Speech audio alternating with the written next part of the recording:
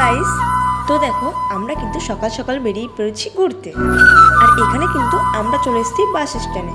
আর এখানে কত সুন্দর পায়রা দেখো। আর এখানে কিন্তু অপেক্ষা করছিলাম বাসের জন্য। অবশেষে দেখো বাস কিন্তু চলেই আসলো। দেখো তো কাণ্ড, আমার বোন বাসে উঠতে না উঠতেই ঘুমিয়ে পড়লো। আর আমার বর এখানে দেখো ব্যান্ডেজ নিয়ে বসে আছে, যেহেতু ওর হাত কেটে গেছে তাই। আর এখানে দেখো সবাই কিন্তু ঘুমিয়ে পড়েছিল, আমি কিন্তু সবাইকে দেখে তুলেছি। তো চলো, সবাই কিন্তু খুব এনজয় করছি, যেহেতু অনেক দিন পর সবাই মিলে একসঙ্গে যাচ্ছি ঘুরতে।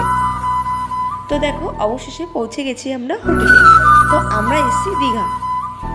আর এখানে আমি কিন্তু চেঞ্জ করে নিয়েছি, চেঞ্জ করে খাওয়া দাওয়া করে এখানে কিন্তু দেখো সবাই ঘুমিয়ে পড়েছে। তারপরে আমি কি করব, আমার যেটা কাজ সবাইকে জ্বালানো, তার জন্য আমি চলে গেছি সবাইকে জ্বালাতে, কাউকে ঘুমাতে দেবো না। তো চলো, আমি কিন্তু এবার চলে যাব উপরে, যেহেতু উপরেও লোক আছে। যাকে যাচ্ছিলাম ঘুম ভাঙাতে, দরজা ঠকঠক করতেই সে দেখি দরজা খুলে ফেললো। আমি ভাবলাম গিয়ে একটু গায়ে জল ঢেলে দেবো। আমাকে বলছে আমি জানতাম তুমি আসবেই। তো দেখো আমি বললাম যে ঘুরতে এসে শুধু ঘুমালে কি হবে, চলো সবাই মিলে ঘুরতে বেরিয়ে যাই। সবাই বলল যে খুব টায়ার্ড, তাই আমি আর কি করব, সবাইকে হাত ধরে টানাটানি করছিলাম। তো যাই হোক, আমরা কিন্তু ঘুরতে এসেছি দীঘা।